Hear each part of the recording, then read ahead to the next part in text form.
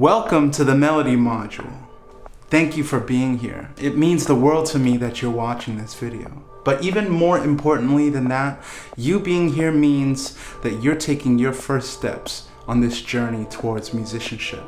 And that's a big deal. Now, if you want your ear to achieve its full potential, I won't lie to you and tell you that by the end of this video, suddenly all of your musical issues will be fixed. If you're looking for something instantaneous, like a magic potion, this is not it. This will take work and it'll take time. But I guarantee you that even if it isn't easy, it will be simple and it will be sure.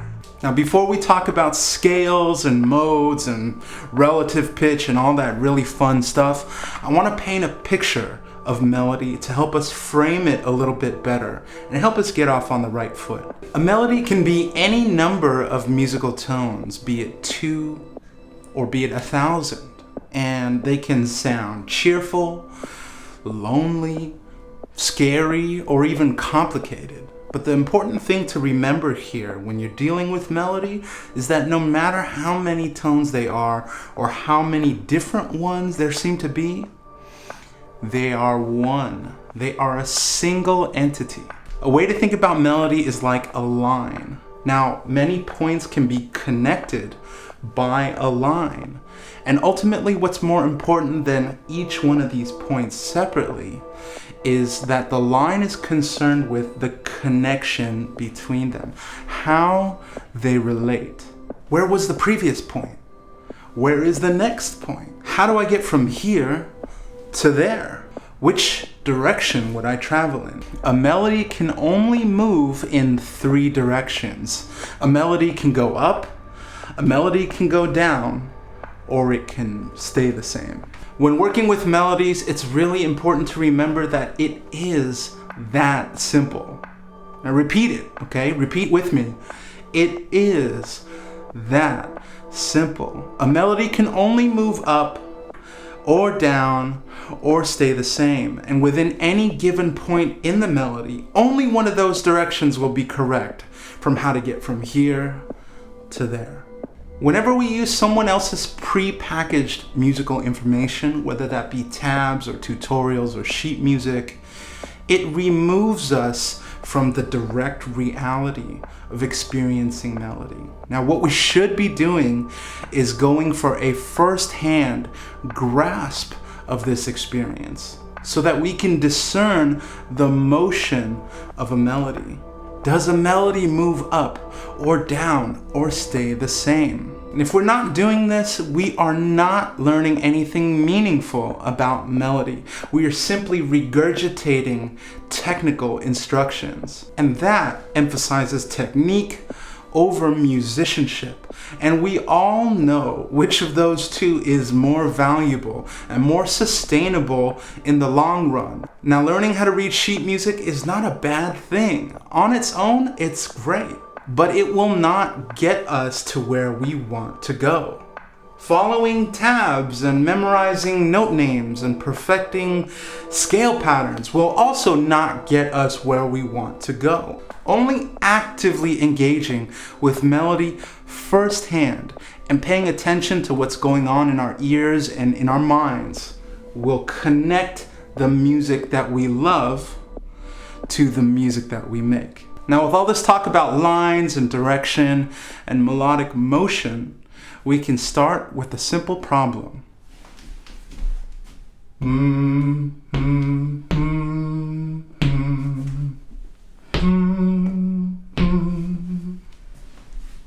Now, surely you recognize this song, but can you play it on your instrument? If you had to play it, how would you go about it?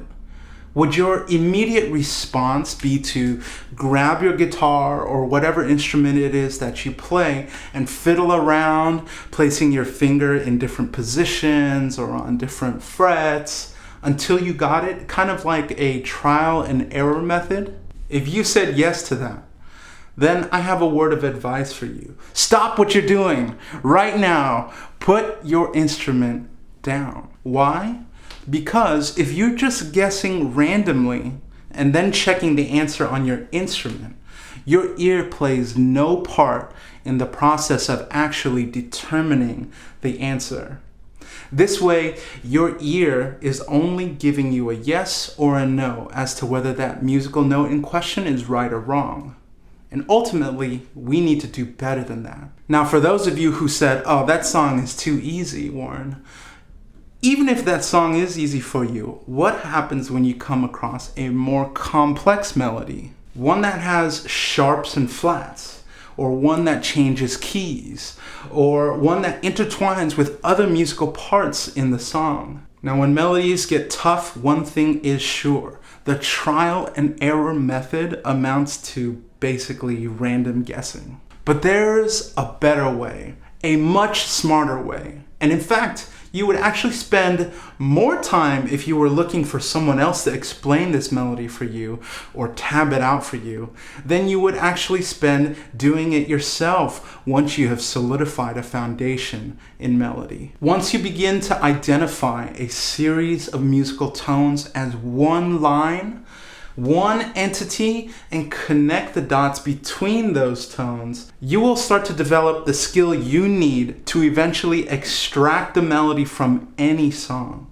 And not only extract it, but know it, gain insight from it, and do new things with it. Now, in case you were wondering, I'm going to demonstrate exactly how to connect these notes to each other. And as you can see, there really only are three directions. They're staying the same, going up, going down. There are only these three. And when you begin to identify a series of musical tones as one line, one entity, and connect the dots between them, you will start to develop the skill that you eventually use to extract melodies from any song. And not only extract it, but know it, gain insight from it, and do something new with it. And that brings us to the end of this video. I can't wait for you to watch the next one because I'm gonna introduce something mega awesomely cool, which is the WARRENMUSIC grid system. See you in the next video.